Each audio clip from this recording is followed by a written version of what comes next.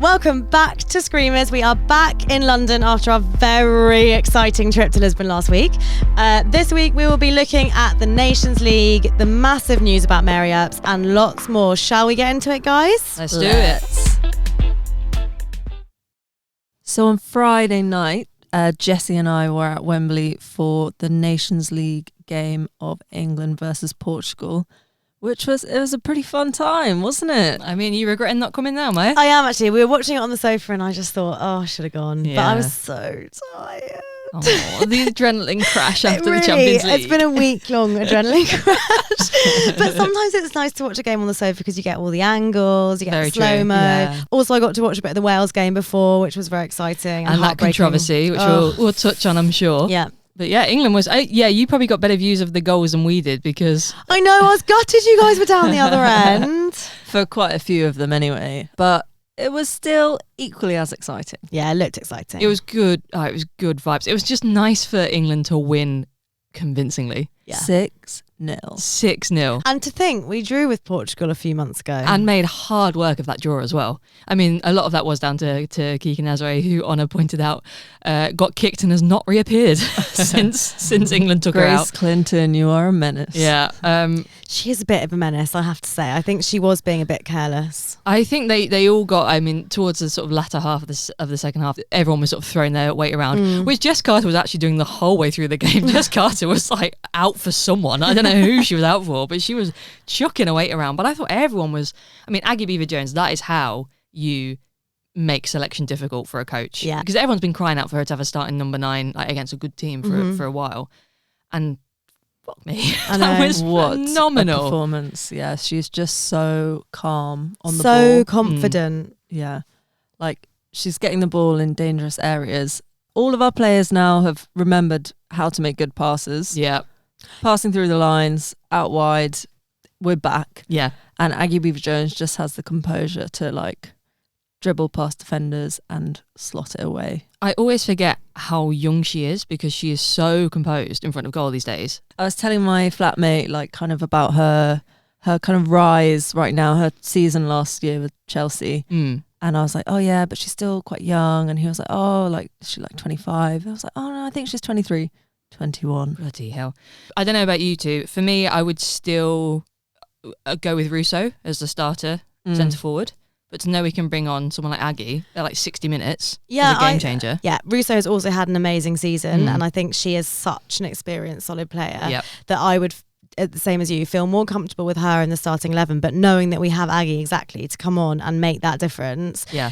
Like we had Tuni and Russo and Chloe Kelly actually at the last Euros, like that would just, it's amazing. Like she's definitely earned her place. Yeah, the whole squad. I mean, I'll tell you who I was really impressed by actually was Esme Morgan. I think that might be the best performance I've seen from Esme Morgan in an England shirt, where I didn't actually feel, I don't know, nervous or stressed. She just felt really composed, and whatever minutes she's been doing in the NWSL, maybe just like out of the spotlight of football over here. Yeah. I also think that kind of centre-back spot hasn't really been open to anyone new for a long time. And when she has come in, she's been put in at like right back, left back, or wherever the hell she needs to go. Yeah. Where she did just look like comfortable at centre-back. And yeah, her and Leah just seemed pretty calm. I thought Leah played really well as well. I think she's like the last, I mean, obviously the Champions League final, the semi-finals, and now this game, like she's really back to like peak Leah Williamson, like those long balls, like she's definitely like back. She looked really good. I also think, although Jess Carter was a bit hairy, having that speed in our back line is so important. Yeah, I thought she played well. I thought she played well too. It wasn't even that I thought she played badly. I just really loved that she was not taking any shit from any Portuguese forward. Sorry, you want to try and shoulder barge me? No, I'm gonna win that one, sunshine. I also loved having Hempo back. Oh my god, she was so brilliant. We are free. We are free from the difficult no winger, no crosses period that England has been through. I know, and exactly, and not to tempt fate, but it just feels like everyone is coming back at the right time and like peaking at the right time. Like they all just looked so good. She seems like I mean, not that she was ever like easy to throw off the ball before that, but it also feels like she's physically really sturdy, really strong, really sturdy, and is not going to be getting thrown about. I think we're doing that thing. We're doing that thing of we're like hitting our stride just before the tournament. Let's see. But that's what it feels like. Yeah, we're finding form. I think that's what we've done for the past 2 tournaments. We've had like a ropey year, and then we've kind of hit form just before going into the tournament. It doesn't necessarily say much about how we'll do when we get there, but you know, we got to the final both times. So. Yeah. And Sea Green were back as well. That was really nice too. Yeah, and Georgia Stanway getting her minutes. Georgia Stanway. Fresh off her holiday to Estoril for the World Sevens. Which we'll touch on later. And then you were watching the Wales game, weren't you, Maya? Yes, I was watching the Wales game. It was pretty heartbreaking actually. Like, because we don't have goal line technology, Wales were disallowed a goal, which definitely went over the line. So they would have been leading at half-time 1-0, which I think would have meant the game would have gone differently in the second half. As it is, Pernilla Harder scored and Denmark ended up winning 1-0. But I still think, you know, Wales are still having a massive turnover of players within the game, and they looked up for it and they look good. I think it's going to be really exciting watching them at the Euros. I think it's a real shame they didn't get this win. I think having a win in this group stage of the Nations League would have been really important for them for the points, and I think it's really, really unfortunate that then they couldn't even get a draw out of it.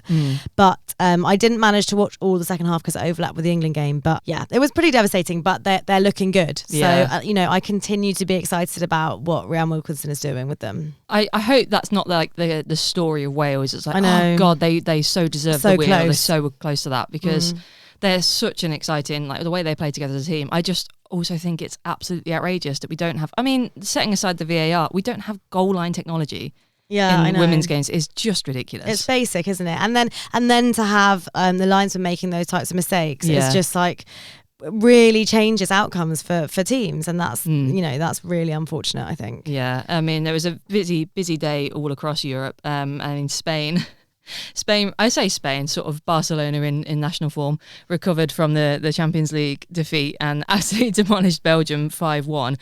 What do you reckon the reception was like when Mariona Caldente and Lea Cadena walked into... I was thinking about this. I was thinking, oh my God, it must be so awkward at Spain international camp. Not quite as awkward as I imagine it was in the England camp. Oh God, with the shock announcement on the Tuesday morning that Mary Earps was retiring from international football, which I woke up and just thought, I'm still dreaming. I'll wake up properly in a moment. There's no way this is real. That was, I mean, talk about a bloody surprise. I think also one of the big shames of it as well, like putting aside Mary's legacy, which I think there is also a conversation around like how this might tarnish it, but also for Hannah Hampton, she was our number one and she should be celebrated as that. And they were talking in the commentary at half time in the England-Portugal game that actually now a lot of people will feel like she's going to be our goalie at the Euros because Mary Earps has stepped down, but actually she's had an incredible season. She already is the number one. Yeah, she earned it in her own right. Exactly, but because Mary Earps is just so much more high profile than Hannah Hampton, you know, there will be a general feeling amongst people who maybe aren't like super clued in and don't support Chelsea maybe, that Hannah has just sort of got that position by default, which I think is also a real shame. What do you think of the timing of the decision in general? Like it's I think obviously like we're having this discussion without knowing like all the details, and perhaps there is a reason why it had to happen now. And if we don't know that reason, and you know, I'm totally open to the fact that we might just not know an important reason as to the timing. But looking on the information that we have now, the timing seems really kind of not in line with kind of really caring about team spirit and being behind a team, and actually seems quite like individually driven. Yeah, it just feels like, I mean, I think it might have been in the Guardian piece about it, that the conversations have been ongoing, how intensely that is, you know, been ongoing, but for sort of 12 months or so. I think the narrative on social media immediately became, what a shock. Mary's stepping down because she's not going to be number one at the Euros, which that was like, you don't want this narrative to become embedded, because that's, like you said, that's a real disregard to everything Hannah Hampton's done. It's a real disregard to everything that Mary Earps has done. Yeah, totally. Like it turns it into this horrible messy end. But like even if the conversations have been going on for 12 months, and then I think in the Guardian article it said that the last time was in April that she was considering properly retiring from international football, and it said that Serena Wiegmann asked her to reconsider. And I just wonder what has changed between April and now for if she was willing to reconsider then to not carry on for the next few months. it feels like it's coming to a real, like, unglamorous end that I don't think anyone in this situation deserves. No, and a really big change just before a major tournament. Yeah. Which maybe could have been avoided if the conversation had been going on for 12 months. Yeah, I mean, if the conversation has been going for that long, I don't really know why Serena hasn't played any of our other keepers. Because we are now going into a major tournament with Hannah Hampton, who is off the back of a fantastic season with club and with country, and 2 keepers who've never played for the senior team. Yeah, and Hannah Hampton obviously is relatively inexperienced internationally as well. Yeah, it'll be interesting to see what Wiegman does moving forward as well with the goalkeeper selection.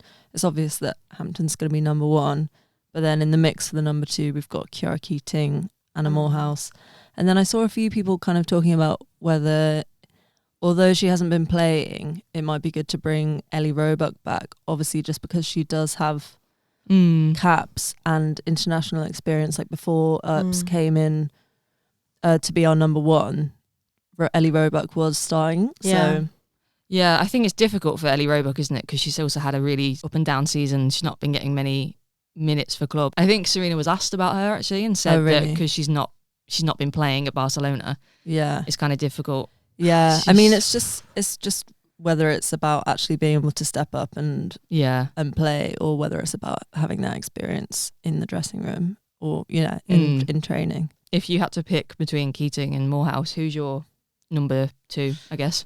That's really tricky because I haven't actually seen Morehouse play that much. Obviously, she's done really well with Orlando Pride, like last season, obviously winning 2 trophies. Yeah. And then, this season they're doing well and I'm getting points for her on fantasy football. And that's what matters.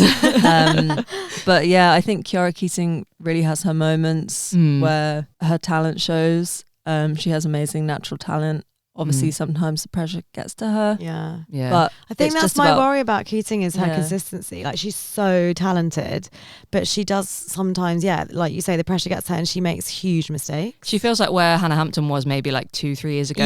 Like, I feel like the natural talent comes first and then like the mental resilience actually to deal with sort of elite level football is something that's really hard to develop if you don't have those opportunities to do so. And she's earlier on in that journey in a way that maybe existing outside of the sort of microscope of British football would stand Anna Morehouse in a bit better stead. I mean, touch wood, we won't actually ever have to. Come on, Hannah. Come on, Hannah. But yeah, I guess we'll see what the summer brings.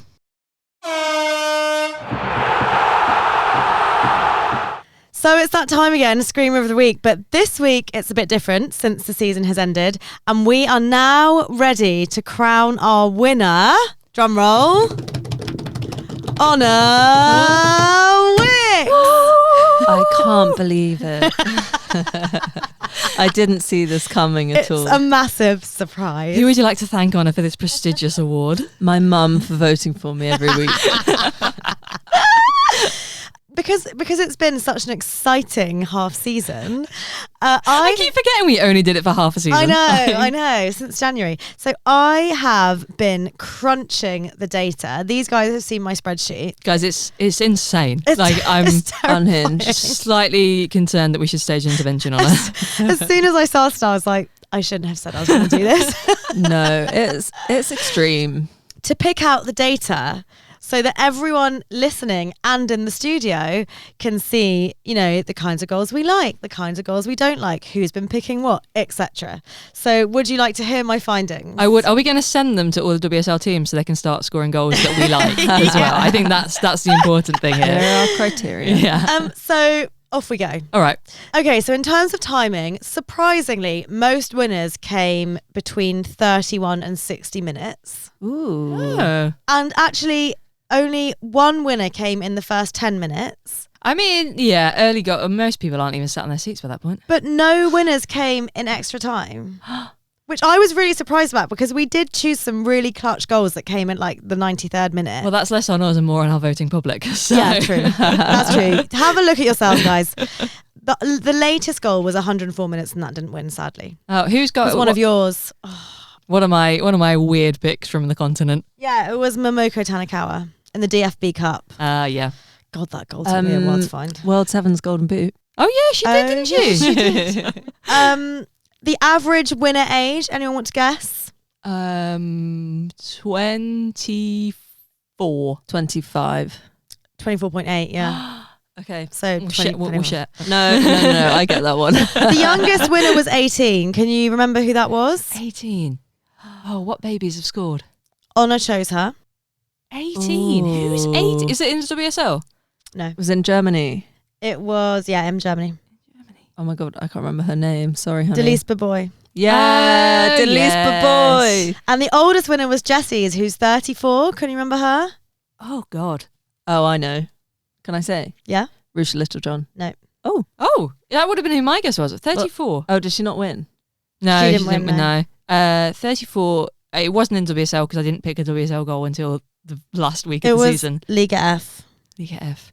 Oh, oh my God, I've forgotten her name. The one against Maria Alaria. Alaria. There you go. Oldest player picked was Janice Kamen, 36 years old. 36, is she? Oh my God. Doing it for the senior citizens. Exactly. Honor picked 71.4 of all volleys. I knew it. Wow. I always You felt love you a were volley. picking a lot of volleys. You love a volley. Wait, 71.4% of the goals that I picked were volleys. No, No. all the volleys picked, you picked 71.4 of them. Okay, thank you. Sorry. With a 40% win rate, so it went pretty well for you. I mean, volleys are so. Yeah, like, they are. Every time you picked one as well, I feel like every goal you picked was just always in my list of contenders. I was like, oh, fuck's sake. Well, that was the same with me. I think that was the universal Yeah. experience. I think you're probably right. it's always the one that you nearly picked Yeah. that wins. Do you have any ideas which section of the goal was the standout winner for the You are goals? insane. What do you mean? Do you have any ideas about which section of the goal? Guys, I've spent so long watching all these goals this week. Oh I my think God. It's got to be top left. Top right. Top right, yeah. Okay, fair. But Honor, interesting you said that because you favoured top left. Ooh. I cannot believe when you said you were doing this. I was like, oh, okay, it'll be like, how many teams in England, how many teams in Spain, not where in the goal were people shooting. I'm obsessed. You've Okay. Rain Man so hard. Do you want to know what the most picked club was? Oh, Chelsea. Surely Chelsea. Oh, hang on. No. Oh, as in who we picked or who? Out of the picks rather than the winners. Oh, out of the picks. Ooh. Arsenal. I don't think it will be Arsenal. I don't know who. I think roguely it might be like West Ham. Yes. And 100% of those picks were Honours. I mean, that's no bloody surprise, is it? I was thinking because I She's can remember loyal. you picking. I can remember you picking Shakira Martinez a bunch of times. You picked that weird Manu free kick Pavey. goal. Yeah. Manu A Pavey. bunch of Pavey, Vivier goals. Vivier Kirsty a couple Smith. times. Yeah. But they were all screamers. Well, the guys. Kirsty Smith one wasn't. The Kirsty Smith one was just weird. The free kick. Yeah. Yeah. Well, weird is fun, and fun is. I screamer. can't believe that you didn't get that. Defenders only made up 10% of picks, but they had a 100% win rate. Ooh. Yes, they The people- fucking did. The people love a defender The goal. people yearn for a centre back strike. Okay, the last one is Jessie chose from 14 different competitions and leagues. 14. Pretty impressive. Yeah. 14. Different competitions in league. But it's That's because she unreal. would choose from like the same countries, but just like random different competitions. I'm That's a pain in the arse. It fucking was a pain in the ass. What? I didn't know you were going to start looking for the bloody minute score when I started picking them. I'm a football purist and I go wherever the screamers are. What can I say? I will not be confined to these shores. I am a WSL excuser. Yeah, you and I WSL chose a apologist. lot of WSL goals. Yours was 58.8%. What was And yours? mine was 61.7. I know. Basic. Embarrassing. And mine was what? Basic 2%. Yours was 11.8. Impressive.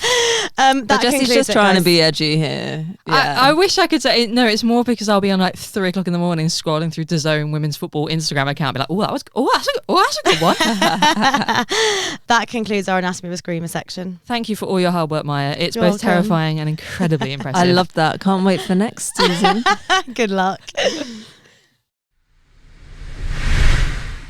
I think it's all time we eat our hats, eat our words. We're always eating our words on this podcast. We are always eating our words on this podcast. Every week. It's a frequent occurrence, but specifically this time it's about World Sevens football because we spent many, many weeks being very doom and gloom about it, and then turns out it's the most fun thing there's been in football in years. The thing is, inside my little heart was excited to see them run around and shoot these silly goals and these tiny pitches. What I loved about it so much was that I've never seen the players look like they're having so much fun before. Yeah. And that is just so infectious. Like, it was so exciting. It was so fast. They were all being so creative in a way they're not in the leagues usually. And they were all just like letting it show how much they loved it. Like, they are always so serious in WSL, or so often, whereas like this was just like joyful. It's like the vibe of when like our team goes away. Exactly, that's what it felt like. Yeah, I think that's the thing. I was purely thinking of it from a scheduling point of view of like, this is too close to the Euro, it's too this, like the players, if our club's going to take it seriously because there's so much prize money on offer, like is it going to be really intense? And actually just them getting to go away on holiday with their mates and play some football in the sun. Just have like the time of their lives. It's basically like a camp anyway, isn't it? Like playing small-sided games in the sun. Yeah. I mean, obviously it's really intense. But yeah, I was surprised at how they didn't take it too seriously considering the money at stake. Yeah. Because you could think that it could go either way, that could put a massive pressure on players. Yeah. But it was the time of their lives and our lives. It was just incredible. I mean, I think I read in terms of like the prep that they did, I think it was Maya Letitia, it was in an interview, she's like, oh yeah, so in terms of like formation, we didn't really think, and we thought, let's try this one, and then we lost. We thought, we won't do that again. Like, you are elite footballers. They asked Grace Clinton in an interview at the end, like, what are the tactics? She was like, there aren't really tactics, it's just get the ball in the goal. I was like, yeah, sure. I saw a few of the managers saying like, oh yeah, you know, we had, especially United, who had the FA Cup to focus on, that they had like one training session that they did practice and they did sevens so in. well. I know. I really think Man United and Bayern Munich, the two teams with the best vibes. Yeah. The crazy best, walkouts, the the celebrations, the tops off. Yeah. They really deserve that spot in the final. Tuva Hansen, darling of the tournament, blowing a kiss as she got a yellow card. What an icon. And then reenacting it after the game with the ref, of like giving the ref a yellow card. Like all of them. Good. That was the moment I was like, okay, we were wrong about this. This is so much fun. What was your favourite buy-in or a walkout or celebration for anyone? I'm thinking buy-in because they did so many, but I think mine has to be the bowling ball. The bowling ball was fantastic. When they all pretended to be Skittles and then one person bowled them and they all fell over in the direction that Skittles would fall over. It was so good. More time planning that than the bloody tactics. It was so good. I think I love Aoife Mannion river dancing out. Oh yeah, that was so oh my god, good. that was hilarious. I also just kind of loved all of Man U trying to do cartwheels because some of them were so... I was about to say. Some of them actually can't cartwheel. Yeah. No, I genuinely think not a single one of those were bad cartwheels. Like, I've seen bad cartwels in my life. And I think for elite athletes, they were not. No. What They a were not. weird claim. I've seen bad cartwheels, guys. Okay, who hasn't seen a bad cartwheel?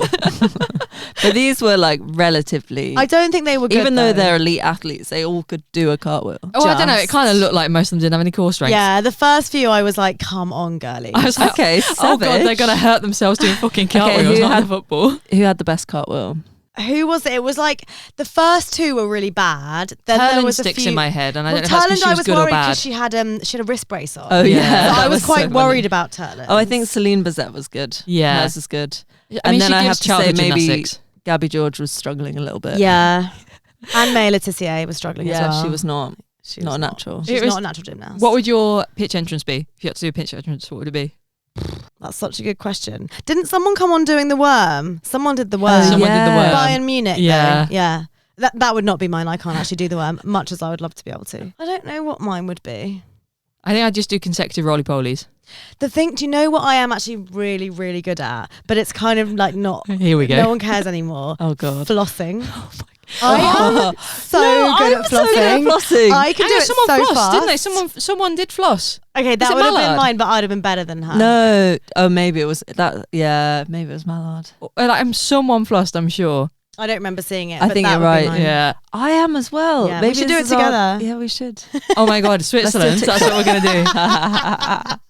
But yeah, I just bloody loved it. It was great, wasn't it? It was absolutely great. I'm really looking forward to the second iteration of it. I am as well. I think it's November. I think November is the In the suggestion. USA. I may be wrong, but I've heard a rumor that it's going to be held in Miami around November. That would be so cool. So I think maybe we should We should organise a I little want to trip go and out get to my see it. World Sevens water bottle. I also found that That's a so long funny. fucking way to go for a water bottle. That's one of the things that really made me feel like it was one of our tournaments, that like the thing the pair of the match got was a World Sevens water bottle. And it was so funny always watching them being handed it, because they were all so confused. Yeah. And they'd have to try and say something like, Grace Clinton was like, oh, great, I just lost my water bottle, so I need a new one. It's just like, I also don't know if I loved it so much because that week I felt so heightened and everything because the Champions League final was coming up. So like, I don't know, I was in a sort of another realm. It'll be interesting to see if it's as fun when it's players and teams that we don't know as well. Yeah, that's true. Who would if when it comes back to sort of this side of the Atlantic, what teams would you like to see in it that weren't in it? Arsenal. Yep. I mean, you've got to have a Spanish team. Yeah, I was going to say maybe Barcelona. Like, I think a Spanish team would be really fun. I feel like, or Real Madrid, maybe. or like Atletico, just someone like a bit. Yeah, under the radar. You know, I'd like to see Gio in it for Atletico Madrid. Yeah, some different teams. I think could be some more Italian teams. I think you could have a lot of fun with it. Put Liverpool in it. Yeah, why not? I can't Paris FC. Oh yeah. Sorry, Maya. I'm sure Michelle will find a way to wangle in London City Lionesses. Yeah, true.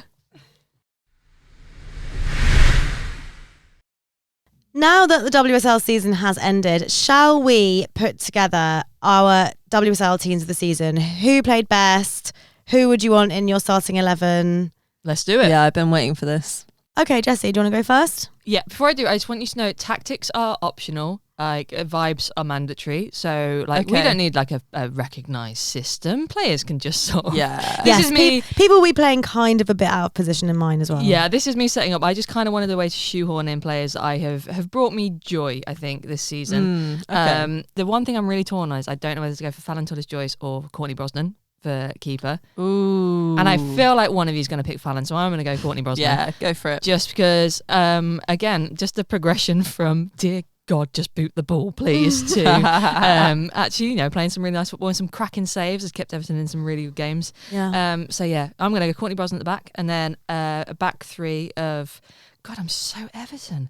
Sarah Holmgard, Millie Bright, great shout, and Miley Tissier. Nice. Because love it. Cannot deny my newfound appreciation. Can you tell it's a gritted team? But they, like, I mean, Millie Bright and Miley Tissier have had such great Consistent, seasons. yeah. So good. Yui Hasegawa, who has dropped my favourite stat of the season, which is something like 1,900 minutes played. Not a single foul committed. Wow. That is so impressive. Not That's a so single impressive. foul blown up against her. And then Erin Cuthbert, because I just think she's absolutely dynamite. And every season, I think she just gets better and better and better. And I would hate to play against her. Hate it. But bloody hell, she's brilliant. And then one for you, Honor. I've got Vivia Sayi in there as well. Love that. Because I just think she's been so calm and collected, and an absolute banger for West Ham. What a season she's had, honestly. I'm just double checking that I haven't actually put 12 players on the pitch, because there seems a lot of names. No, I think we're 11. And then we've got a three of Olivia Smith on the right. Nice. Because how could I not? Cadente, number 10, because how could I not? And then thank you, Sonia Bonpastel, for playing her there, which justified my selection. Sandy Baltimore, left wing. So I was like, how do I get both of these two in it? Sandy Baltimore, left wing, and then obviously Alessia Russo up top, because what a season she's had. Yes. Feels like she's really like driven on for both club and country this season, and it's just been lights out. That team would win everything in the land and beyond. That is a great team. I must say we have quite a big crossover. Yeah, I mean, I thought we might. Yeah. So I've got Fallon Tullis-Joyce, as you expected, at the back. I just think she has been incredible. Yeah. Yeah, she's just been, like I can't believe she wasn't playing last season, basically. Yeah. Like, she is just so good, the way she's taken to WSL and has been like, well, joint Golden Glove with Hannah Hampton, but has just felt, she just feels so safe at the back. She's just such an amazing goalkeeper, and she's been amazing for her national team as well. So, did you see that the US fans, you know, they used to call Alyssa Naya uncle? Do you see they've renamed Fallon Tullis-Joyce nephew? So sweet. That I love that. And then in my backline, I have got Emily Fox, because she has been, I think, one of our most consistent players this season. When she's been on the pitch, I have felt safe. Maya Letitia, we're all Maya Letitia fan club, I think. I don't know if I'm ready to be in the fan club yet. Okay, well, you did pick her in your top 11 players. And shouted her out without being asked. Kirsten Kasperai. Okay. Legend. I think I'm mostly picking her for the vibes, but she has also been really good. Like, you know, she's pushed Man City up the pitch. She's really fearless, and also I just think she's great. Like, I love that she's taken a stand for things that she believes in. I love that she's just like so funny on TikTok. I live for it, and I think she's great. Yeah. And then Lucy Bronze, actually, who I know 3 right backs. I know. Okay. Did you listen to me at the beginning, Jessie, when I said it's going to be quite... I've really gone for like all my players are in position. Oh, mine are not. Mine are loosely in the right part of the pitch. I'm sorry. Well, I know I'm beating you. These are world-class players. Just work it out, guys. Honestly, work it out. I wanted to put Lucy Bronze in because I feel like I really thought she was going off the boil last season. Yeah. And then she's come back and been one of Chelsea's like absolute stalwarts. And I think she has done such a great job. Like I thought we were starting to see her decline. I'm not so sure anymore. Like this season she has been so great for Chelsea, I think. And England, exactly. Yeah. Then I also have Yui Hasegawa. Yeah. And I'm amazed at that stat you just said. Yeah. That is so classy. She just like moves through a pitch like no She's one terrifying. else. Yeah, she is. And then, okay, if you didn't like how I'd picked people before, you're not going to like the rest of my players. I'm just going to say them. I'm just going to say all 5 in a row. Okay? Oh my God. It's actually not that bad. Aaron Cuthbert and Caldente. Yeah. Turland. Russo, Martinez. That can work. Yeah, that can work. 3 up top. Yeah, it's a 3 up top. Yeah, you know, classic 3 up top. They can all kind of take turns swapping into the middle like a plat. So that'd be so nice. Yeah, lovely. That's a tactic that we've not seen before. But I think all of those 5 players have been absolutely incredible. Like Turland has been a game maker, I think. Russo for obvious reasons. Yeah. Martinez as well. Like, you know, if it wasn't Olivia Smith, it has to be Shakira Martinez is like the best young player in the league this year. And then Aaron Cuthbert and Caldente are just fucking I think that half of your team makes sense as a formation. It's the 3 right backs. Yeah. Well, they're just gonna have to be adaptable. I really wanted to fit in Martinez to my team, and I really wanted to get Kasperai in as well, but I was like, I just can't. I couldn't. Mine was all about getting Baltimore and Holmgard into my team. So. And who would you have swapped them for? Yeah. I don't think I would have given either of them up, but it's an embarrassment of riches in the WSL. I know, what a league, eh? I know. Go on, Anna, what's yours? So I have also gone with Fallon Tullis-Joyce in goal. Our favourite marine what biologist. What a season for her. I know. Fallon's fishy friend. What is it? It's Fallon's fishy friend. If you haven't seen her little videos on Instagram and TikTok, you should check them out, guys, if you want to learn about marine during biology. the summer break. So my back line, I've got Jade Riviere at right back. Yeah. She's had a fantastic season. And then in the centre, I've got Maya Letizia. Obviously, that's a unanimous one. She's just been super solid. And my hun came in January, had a bit of time injured, but Rebecca Knack, kind of an icon. 4 goals in 7 games. And she's a good defender. And I just think, okay, maybe it hasn't exactly been her season, but she's been great and more to come. And then also in January, Verena Hanshaw for West Ham. I think she made a massive difference and flew under the radar with her assists from left back, like curling the ball in with her left foot. Really, really, really good addition. And to have some experience as well. Then in the middle of the park, I've got Mariona and Hasegawa. Yeah. Like, nice. What a pairing. Just 2 like super skilled and clever players. Then I've got Baltimore on the left wing, Aggie Beaver-Jones on the right wing, Fowler in the 10, and Martinez as my number 9. So I love that. I just think, Baltimore, obviously she's been great in defence, but let's get her up there scoring more bangers as she has been. Mary Fowler was such a stand-up player for City. Like all of their players got injured and she was holding it together. She was dragging them through this season. She was. And then Aggie Beaver-Jones as well is just, she's...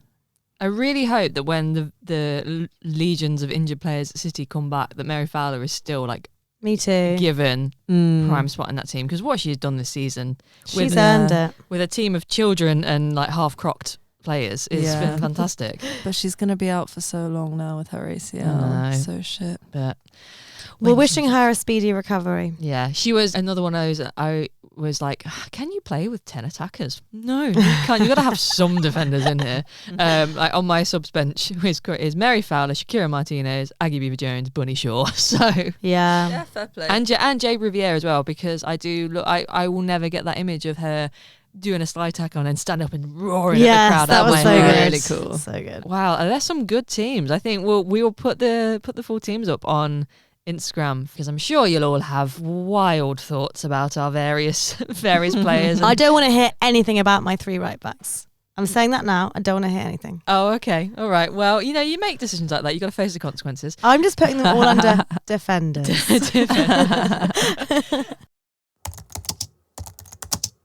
It is that time to check in with the Woso community notice board. We didn't get a chance to last weekend because we're so busy and very tight for time in Lisbon. So has anybody got anything they'd like to add? Well, speaking of Anatomy of a Screamers and my far-flung picks, Elizabeth Owaye of the insane goal from Liga MX apparently is in London currently. I saw this. For meetings. Yeah, Ooh. A few people on Twitter were like, oh, she's coming to Arsenal. And then I saw someone who was like, Lisbeth Owaye is in London. So that means she's either coming to Arsenal, Chelsea, West Ham, Spurs, or London City Lionesses. Imagine if she signs for Spurs. Imagine. Oh, no, she can't. I think Michelle's got her eye on her. Do you reckon? The Twitter sleuths found that the Emirates tour was not... they closed off some sections that are usually on the tour the next few days. Oh. But then... Yeah, and apparently Arsenal are on the lookout for a pacey winger. But then some journalists are saying that that's not the name they've heard linked with Arsenal. So watch this space, I guess. But that'd be quite cool. That's exciting. I hope to see some more bizarre, flicky scorpion kick goals in the WSL if she is coming over. Maybe I'll pick a WSL screamer once in a while. I'm afraid I don't have anything because all I have done this week is watch all the content from the Champions League final again and again and again. What was your favourite bit of content? Oh, I've got so many. Like, one of my favourites is Katie McCabe carrying the cup through, being like, precious cargo. And I love that. But I don't know. There's just like every day people release like hundreds of new supercuts of footage I've already seen, but it's from a slightly different angle. Yeah, exactly. I'll just watch it again or in a different order. Yeah. Then I started watching like all of my lovely Arsenal players arriving at international camp and all the stuff that happened there. So I really like the video of them comparing the chips on their medals. I mean, it's all so boring, but I can't stop. Then I moved on to re-listening to other football podcasts from like 2 weeks ago of them all talking about how they didn't think Arsenal was going to win. We stopped her from going into our comments and replying to everybody who's a Barcelona fan. Don't worry, everybody. So consequently, I have nothing for the Noticeboard other than I'm still thinking about Arsenal winning the Champions League final. I'm so sorry. I think that's fair. That is so fair. Thank you. That's acceptable. Thank you. Let you off. Okay, I don't know if you guys saw this, but Brazil and Japan played each other in a friendly. Yeah. And there is the funniest clip of Carolyn scoring and celebrating literally inches away from Yamashita on her head, doing like this FIFA kind of celebration dance, like as soon as the ball went in the net. Inches away from Yamashita. Like, that's your teammate. It's so the funny. Disrespect. Does not move an inch.